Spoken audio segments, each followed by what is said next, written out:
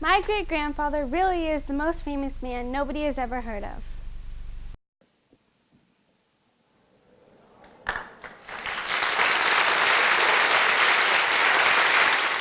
It is hard to imagine the world my great-grandpa was born into in 1906. No computers, no cell phones, no cars, no airplanes, and certainly no television.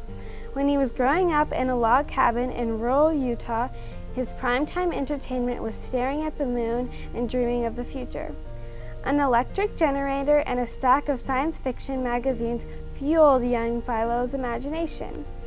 Then, in 1920, at the age of 14, while plowing a field behind a team of horses, he had a revelation.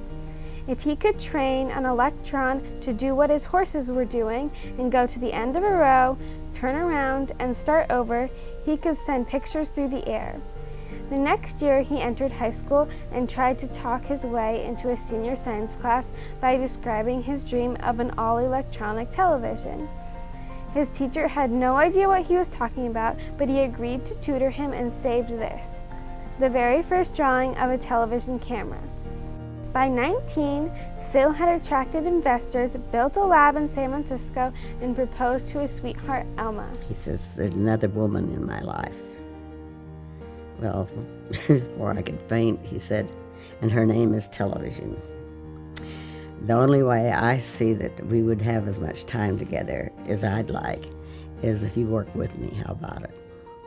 On September 7th, 1927, with my great-grandma at his side taking notes, Philo successfully transmitted an electronic image for the first time.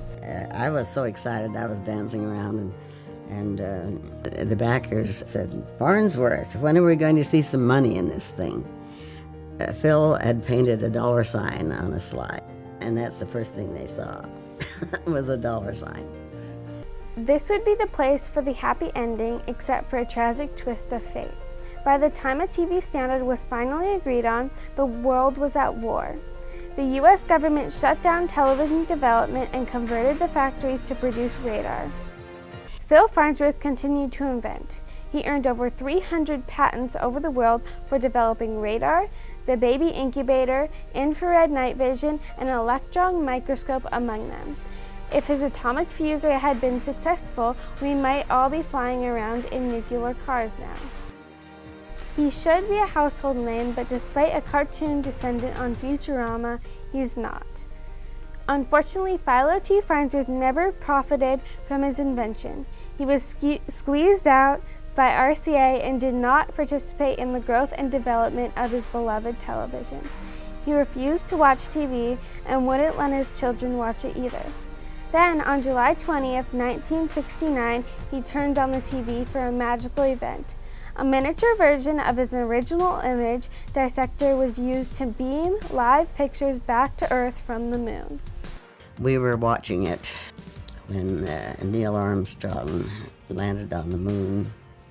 Phil turned to me and he says, "Pam, this has made it all worthwhile." Before then, he wasn't too sure.